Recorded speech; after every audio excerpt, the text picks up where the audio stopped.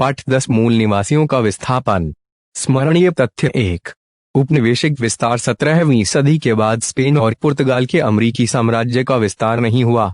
France, Holland और England जैसे दूसरे देशों ने अपनी व्यापारिक गतिविधियों का विस्तार करना और अमेरिका, अफ्रीका तथा एशिया में अपने उपनिवेश बसाना शुरू कर दिया। 2 सेटलर डैश आबादकार डैश शब्द दक्षिण अफ्रीका में डच के लिए, आयरलैंड, न्यूजीलैंड और ऑस्ट्रेलिया में ब्रिटिश के लिए तथा अमेरिका में यूरोपीय लोगों के लिए प्रयोग होता है। 3 नेटिव ऐसा व्यक्ति जो अपने मौजूदा निवास स्थान में ही पैदा हुआ था। 20वीं सदी के आरंभिक वर्षों तक यह पद यूरोपीय लोगों द्वारा अपने उपनिवेशों के बाशिंदे के लिए प्रयोग होता था। 4 वेमपूम बेल्ट रंगीन सीपियों को आपस में सिलकर बनाई जाने वाली बेल्ट है। इसे किसी समझौते के बाद स्थानीय कबीलों के बीच आदान प्रदान किया जाता है। 5 18वीं सदी में पश्चिमी यूरोप के लोग सभ्य मनुष्य की पहचान साक्षरता, संगठित धर्म और शहरीपन के आधार पर करते थे। भाषाएं उत्तरी अमेरिका में अनेक भाषाएं बोली जाती थी परंतु वह लिखी नहीं जाती थी। 6 गोल्ड रश और उद्योगों की वृद्धि। 1840 में कैलिफोर्निया में सोने के चिन्ह मिले तथा गोल्ड रश का प्रारंभ, रेलवे लाइनों का निर्माण, औद्योगिक नगरों का विकास, कारखानों की संख्या में वृद्धि हुई। एबोरिजिनीज ऑस्ट्रेलिया महाद्वीप के शुरुआती मनुष्य या आदिमानव को 7 एबोरिजिनीज कहा जाता था। 8 आरंभ में ऑस्ट्रेलियाई मूल निवासियों के साथ दोस्ताना व्यवहार, परंतु हवाई में कैप्टेन कुक की हत्या के बाद ब्रिटिशों का रवैया पूरी तरह उल्टा गया। इस घटना का इस्तेमाल औपनिवेशिक ताकतों द्वारा अपने हिंसक व अत्याचारपूर्ण व्यवहार के औचित्य को साबित करने के लिए किया गया। 9 उत्तरी अमेरिका के मूल बाशिंदे नदी घाटी के साथ साथ बने गांवों में समूह के रूप में रहते थे।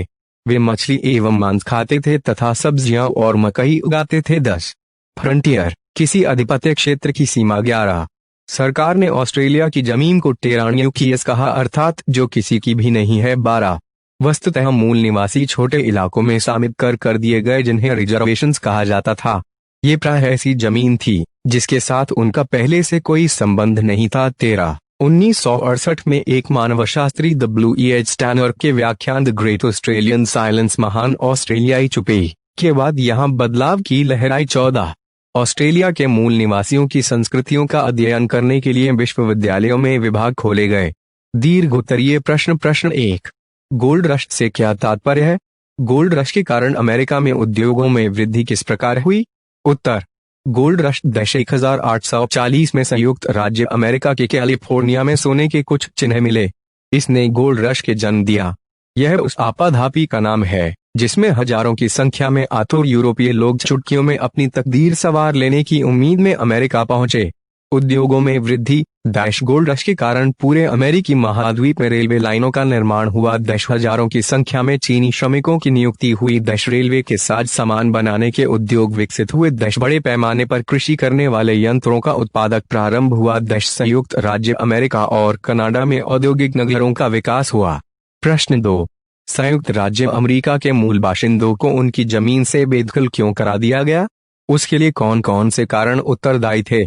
उत्तर मूल बाशिंदों को जमीन से बेदखल करना ब्रिटेन और फ्रांस से आए कुछ प्रवासी ऐसे थे जो छोटे बेटे होने के कारण पिता की संपत्ति के उत्तराधिकारी नहीं बन सकते थे। वे अमेरिका में मालिक बनना चाहते थे। ऐसी फसलें उगाकर जो यूरोप में नहीं उगाई जाती थी मुनाफा कमाना चाहते थे। मूल बाशिंदों को बेदखल करना गलत नहीं मानते थे क्योंकि उनके अनुसार मूल बाशिंदे जमीन का उपयोग करना नहीं जानते।